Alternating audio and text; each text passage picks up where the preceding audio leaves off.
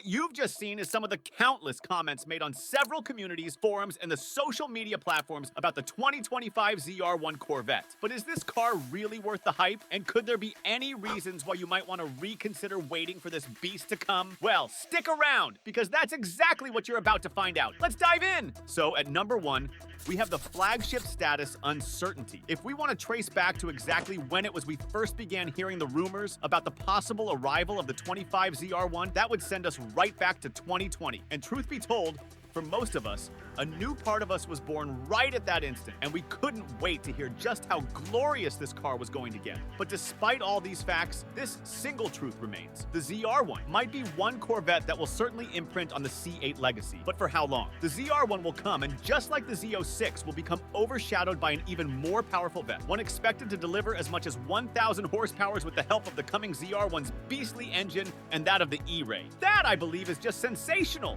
You, my friend, will definitely love the ZR1 when it comes, but if you know you're always going to want something new, change, and forget the car just as easily as you got it, the ZR1 might not be for you. This is one car that needs people who will remember that this was where it all began. One of the last 2 C8 Corvettes to be ever made. If you need something more powerful, then waiting for the successor of the ZR1 might be your best bet, as the car, named after the one who championed the whole idea of a mid-engine Corvette, Zora Arkus Duntov, will certainly supersede the coming ZR1 Corvette in everything performance. Of course though, if you are like me, that won't get to you. So the next thing to consider is the appearance. Really, there's not much to say in this category, but the reason I made this part of the lot is because most of you guys out there care a lot about the design of your cars. I mean, who wouldn't, right? The better looking the car, the better for everyone, right? But that will not always be the case though, at least not for everyone. Recently, I met a guy who thought the build and design of the last C8 Corvette, that's the E-Ray, was too busy. Man, I don't know how that design can be described in that way. Believe me, it beats me. But it allowed me to see the bigger picture that there were probably still others out there like this guy who thought C8's design were either too effortless or effortful. If that's a word, oh yes it is. So,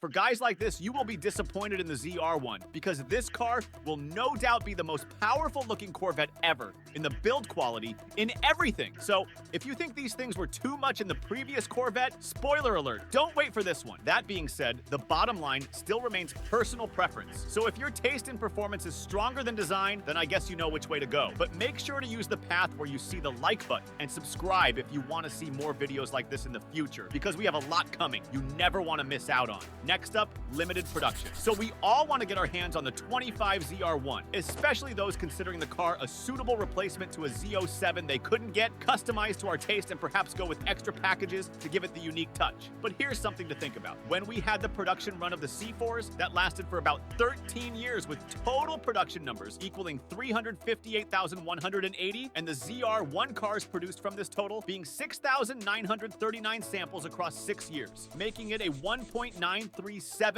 of production. Then next, we had the C6 run across 9 years with a total of 212,573 cars, and the ZR1 making 4,684 out of that number, making it a 2.2034%, which, as it may be, is the highest ever for a ZR1 run. Next, the C7 lasting for 6 years, and the ZR1 getting produced only at the end of the production year, and a total sum of cars produced being 188,995, and from there, 2,441 ZR1s, accounting for 1.291% of production. So now, if you've noticed, we've had a steady graduation cut as we moved across the production years, averaging around 4 years. But let's assume the C8 runs until 2028, and the ZR1 coming as a 2025 model late in production, so 3.5 years. Now let's say this car with no options, base MSRP comes at $193,200, which at this point is still very low, as the car will gradually become a collectible and exhibit its true price. But let's say that happens anyway, then it will be exactly $100,000 less than a GT2 RS Porsche's MSRP. This price on its own should help anyone guess that the 25 ZR1 will be exclusive and reflects low production, which means that no matter the aesthetics, the desire, and all that, not everyone that really wants to will be able to get this car after all, because they will be super rare. I mean, how often do you see Z06 on the street, except maybe during cars and coffee days? Now, this is a car that has been made in good numbers. The ZR1 in comparison will be so special that it will be a surprise to even see see one. So where do you stand in all this? Do you stand a chance of getting this car when you couldn't get the much more available Z07? Well, let's say you do get a chance of getting one because the dealer that has been selling you your cars tells you this as a son. They've only got one. It comes in exactly the options you've been wishing for. They probably won't get another one after that gets sold, but it costs $237,000. What do? Do you get it still, or do you wait to finally get that Z07 in 6 months?